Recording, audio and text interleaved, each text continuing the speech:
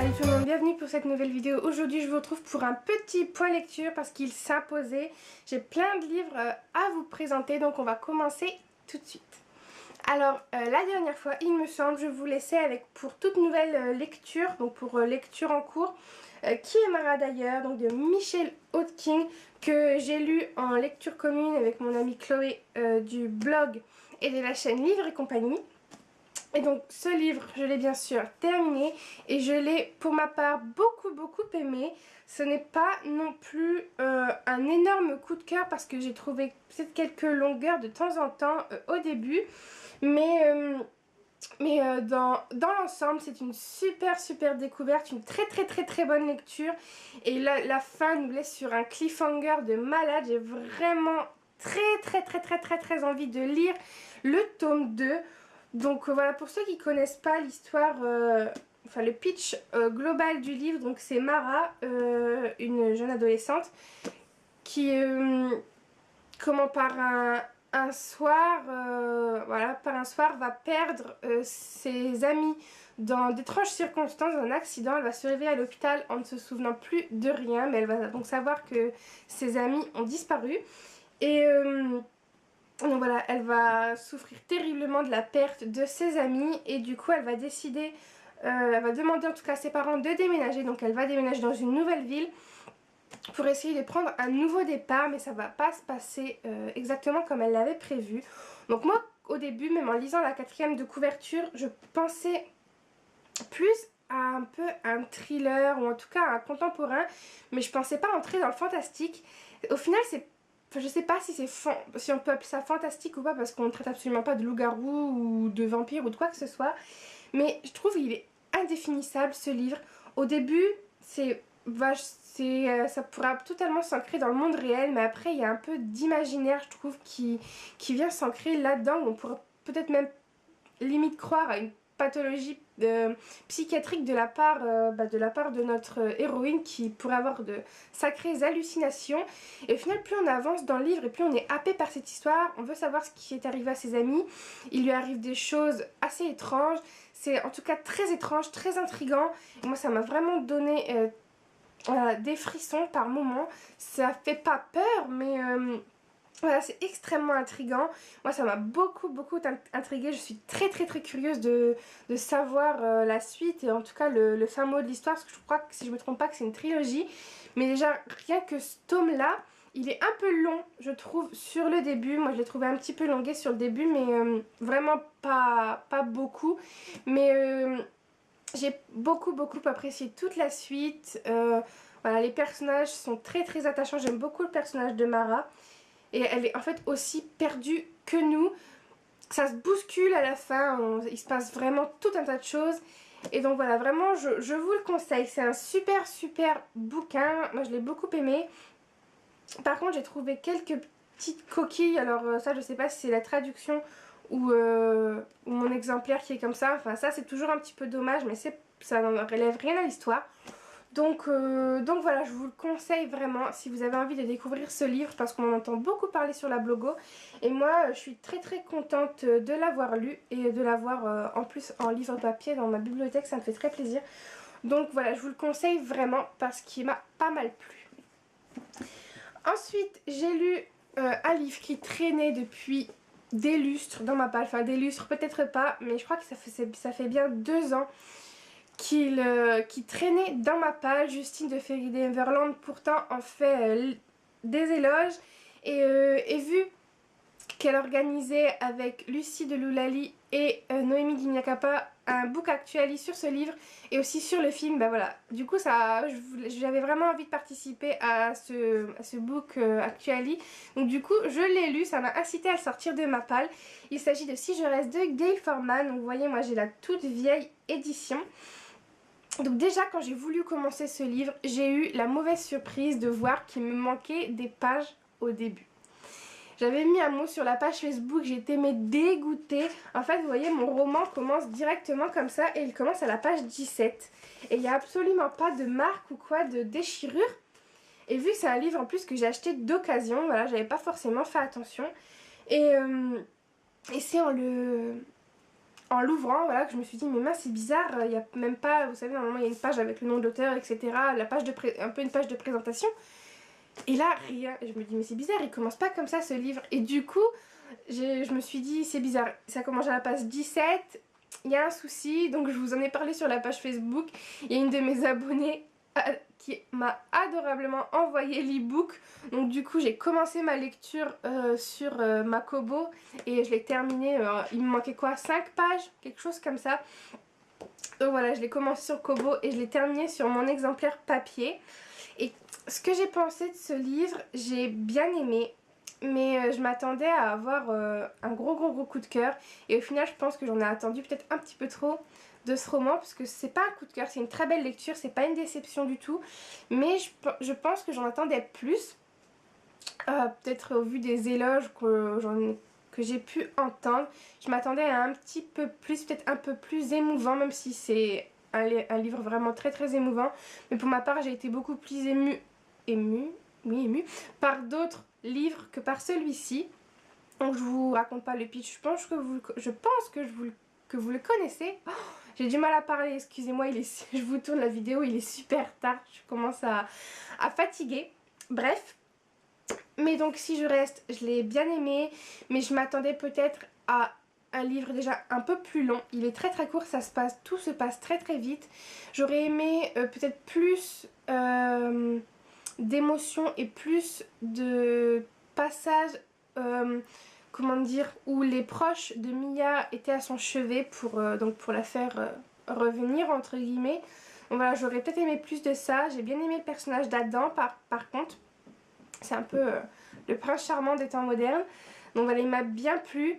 Donc un petit peu mitigé. J'aurais aimé qu'il soit un peu plus long. Peut-être pour qu'il soit justement un peu plus approfondi. Et la fin est vachement ouverte au final. Et pas forcément très explicite. On comprend, mais j'aurais préféré, voilà, peut-être un peu plus. Donc je lirai le tome 2 pour voir si j'ai ce manque. Si je trouve mes réponses dans le tome 2. Mais c'est une très belle lecture, je vous le conseille. Et malheureusement j'ai pas encore pu voir le film parce qu'il est sorti déjà avec 15 jours de retard dans mon cinéma. Et là je sais pas s'il y est encore. Mais j'aurais beaucoup aimé voir le film. Mais voilà, donc c'est une belle lecture, mais c'est pas un coup de cœur. Ensuite, j'ai lu un livre absolument pas prévu. Je me suis jetée dessus, on ne sait pas pourquoi. Seducing Cinderella. Donc de Gina L. Maxwell. Alors celui-là je crois que je vous l'ai jamais montré parce que le In My Mailbox je l'ai tourné mais je crois que je l'ai pas encore mis en ligne. Donc c'est un livre que j'ai acquis il y a pas longtemps, fin septembre. Et donc sur une brocante, j'étais vraiment ravie de le trouver en si bon état en plus. Donc voilà, alors Seducing Cinderella, l'histoire donc c'est Lucy si je me trompe pas. Oui c'est ça, qui est kiné en fait et qui est un peu en peine de cœur, voilà, elle est très amoureuse d'un médecin qui travaille avec elle mais elle n'ose pas lui avouer ses sentiments. À un moment elle va recevoir donc dans son cabinet, je sais plus comment il s'appelle, c'est bien Reed, donc qui est le meilleur ami de son frère, qui est aussi un boxeur je crois si je me trompe pas. Oui c'est ça, et en fait il vient pour faire de la rééducation, il s'est blessé à son épaule et il vient voir Lucy donc pour qu'elle l'aide à retrouver toute sa forme. Et va s'installer un peu entre forcément un jeu de séduction. Reed va lancer le challenge à Lucy de le remettre sur pied pour son prochain combat. Et lui en échange il lui apprendra à séduire le médecin de ses rêves, voilà, ce collègue dont elle est entichée. Et forcément ils vont se prendre un peu l'un au jeu de l'autre. Donc voilà, alors j'étais vraiment très contente de lire ce livre parce qu'il me tentait beaucoup. J'avais beaucoup aimé, vous le savez, Beautiful Disaster de Jamie McGuire qui est dans la même collection de chez J'ai lu. J'aime beaucoup cette collection de chez J'ai lu en ce moment. J'ai Jeu de patience de Jennifer, c'est ça? J'allais dire Jessica. Non, Jennifer et l'Armentrout qui m'attend. Mais j'ai décidé de lire celui-ci. Et c'est pas un coup de cœur non plus malheureusement, j'ai pas eu de gros coup de cœur à vous montrer dans cette vidéo, mais j'ai beaucoup aimé quand même la lecture. C'était vraiment très sympa, ça se lit très très vite, ça se déroule très très vite aussi. C'est un peu le même schéma que dans Beautiful Disaster. C'est vraiment voilà, la jeune fille frêle, fragile et un peu le beau gosse tatoué, bagarreur. Donc voilà, ça j'ai plutôt bien aimé, même si ça m'a un petit peu déçu de retrouver exactement le même schéma que dans Beautiful Disaster. Et en plus j'ai été beaucoup plus séduite par Travis que par Reed. Voilà, j'ai un petit peu moins aimé, il se sent un peu tout puissant. Donc voilà, c'est pas forcément un coup de cœur, mais j'ai bien aimé, ça se lit très très vite.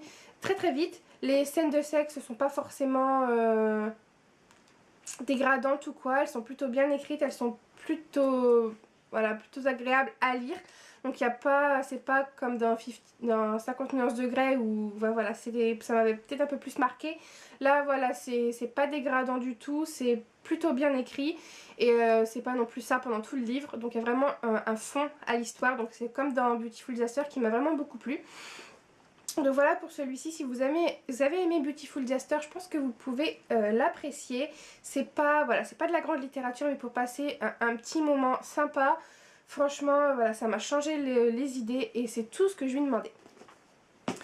Et ensuite, je me suis attaquée à un gros pavé. Si j'avais su, je l'aurais gardé pour le Hall October, mais malheureusement, il est arrivé, enfin, heureusement même, ou pas, je sais pas, mais il est arrivé dans ma médiathèque un peu plus tôt et je venais juste de de finir Seducing Cinderella, donc du coup je me suis lancée dedans tout de suite parce que ça fait un moment que je voulais le lire.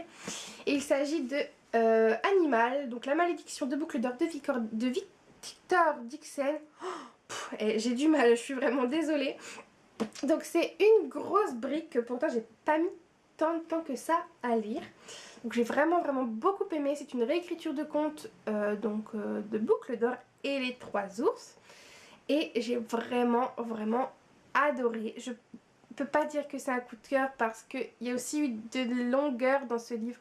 Il y a des moments de description. Oh là là, c'était long. Et du coup, c'est super dommage. Mais ça n'enlève rien. S'il vous tente, lisez-le parce que la réécriture de conte est vraiment chouette. La mythologie est géniale. J'ai adoré une mythologie autour des ours comme ça, mais j'avais jamais vu ça. Ça change des loups et des vampires et de tout ce que vous voulez. Là, une mythologie comme ça autour des loups, autour de la malédiction de boucle d'or. Franchement, j'ai adoré tourner ce conte en malédiction. C'était vraiment génial. Le personnage de Blonde est juste époustouflant. J'ai adoré ce personnage. Donc on va rencontrer Blonde ici, qui est une jeune femme de 17 ans qui a été déposée en fait devant un couvent quand elle était tout bébé. Et donc elle ne connaît pas sa famille, elle a été élevée par les sœurs, donc dans ce couvent qui fait aussi école je crois. Oui c'est ça. Donc qui reçoit des jeunes filles de la haute société pour qu'elles soient bonnes à marier entre guillemets, parce que l'histoire se déroule en 1832.